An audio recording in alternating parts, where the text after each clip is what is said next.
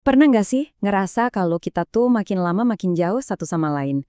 Hari ini kita bakal coba bedah gimana caranya membangun lagi rasa peduli di antara kita. Jembatan yang mungkin sekarang ini terasa makin rapuh.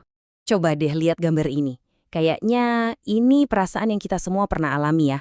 Rasa asing padahal kita ada di tengah-tengah banyak orang. Sumber materi kita hari ini dibuka dengan pertanyaan yang jujur aja cukup menusuk. Apa jangan-jangan pagar di antara kita, baik itu pagar beneran atau pagar kiasan, sekarang udah ketinggian? Nah, ini dia nih yang jadi bagian pertama bahasan kita. Dunia yang penuh pagar tinggi, di mana individualisme kayaknya jadi tren utama. Yuk kita lihat lebih dekat, gimana sih wujudnya dalam hidup kita sehari-hari? Gejalanya tuh ada di mana-mana loh. Mungkin Anda juga ngerasain. Tetangga yang kayak nggak ada, pagar rumah yang dibangun buat ngusir orang bukan buat nyambut. Sumber kita ini nunjukin hal yang lebih dalam lagi, sampai ke sikap cuek kita sama aturan yang nyusahin orang banyak, atau bahkan nggak peduli sama sekali sama penderitaan orang di negara lain. Ini semua tuh retakan-retakan di fondasi yang sama. Rasa kepedulian kita bareng-bareng lagi terkikis. Nah, sebagai perbandingan, coba kita mundur sedikit ke masa lalu. Ada sebuah kisah tentang pengorbanan diri yang, wow, luar biasa banget. Coba kita bayangin bareng-bareng ya, pertempuran Yarmuk yang dahsyat baru aja selesai. Di tengah medan perang itu ada 3 sahabat terbaring, Al-Harith, Ikrimah, dan Ayyash. Semuanya luka parah, kehausan banget, dan udah diambang ajal. Dan disinilah ceritanya jadi luar biasa banget. Waktu air akhirnya sampai ke Al-Haris, matanya ngelihat sahabatnya Ikrimah yang juga lagi kesakitan. Tanpa mikir panjang, dia bisikin, kasih air itu ke dia. Tapi pas Ikrimah mau minum, dia lihat Ayas. Dia ngelakuin hal yang sama, kasih ke dia. Tragisnya, waktu pembawa air sampai ke Ayas, beliau udah wafat. Waktu dia balik lagi, Al-Haris dan Ikrimah juga udah nggak ada. Tiga-tiganya meninggal sebagai syahid, masing-masing lebih mentingin saudaranya sampai nafas terakhir. Gila ya ceritanya, bikin kita berhenti sejenak dan nanya, sama kayak sumber yang kita bahas ini. Kenapa? Kenapa bisa ada jurang yang dalam banget antara kepedulian tanpa pamrih kayak tadi dengan sikap individualis yang sering kita lihat sekarang? Oke, buat jawab pertanyaan tadi, sumber kita ini ngasih 3 motivasi mendasar kenapa kita harus banget memelihara kepedulian. Ini adalah kenapanya di balik usaha kita membangun lagi komunitas. Jadi, ada 3 pendorong utamanya. Pertama, karena ini tuh perintah spiritual yang mendasar. Kedua, setiap tindakan peduli itu ganjarannya, pahalanya, dilipat gandakan. Dan yang ketiga, rasa peduli komunal ini bukan cuma saran, tapi ini adalah ciri khas dari sebuah komunitas yang hidup dan beriman. Ini inti dari identitasnya. Oke, motivasinya udah jelas nih. Terus gimana mulainya?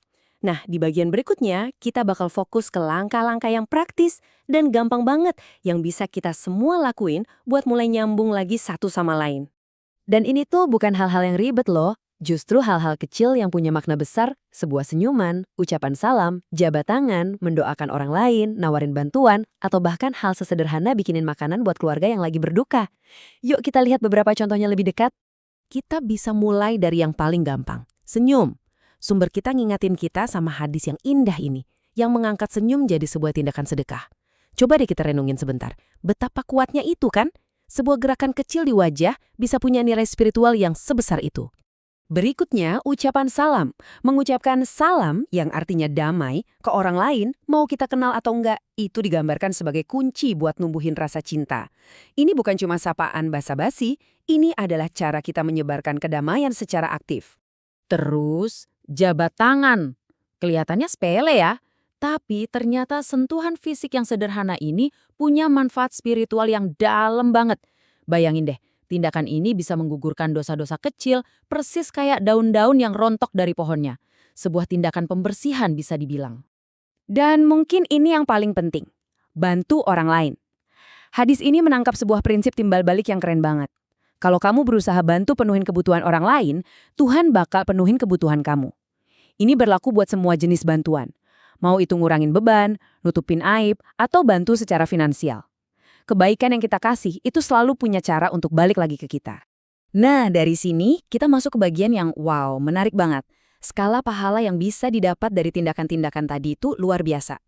Anggap aja ini semacam ekonomi kebaikan, di mana setiap tindakan welas asih kita itu menghasilkan imbalan yang enggak terbatas. 70.000. Coba, bayangin angka itu. Menurut sumber kita, sebanyak itulah jumlah malaikat yang mendoakan seseorang yang nyempetin waktunya buat jenguk orang sakit. Ini benar-benar bikin kita lihat ekonomi kebaikan itu dari sudut pandang yang beda banget kan?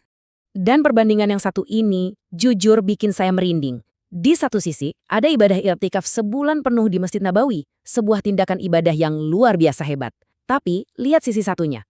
Sumber kita negasin kalau melangkah untuk bantu saudara yang butuh pertolongan, itu dianggap sebagai tindakan yang lebih dicintai oleh Tuhan. Ini nunjukin betapa tingginya nilai pelayanan buat sesama.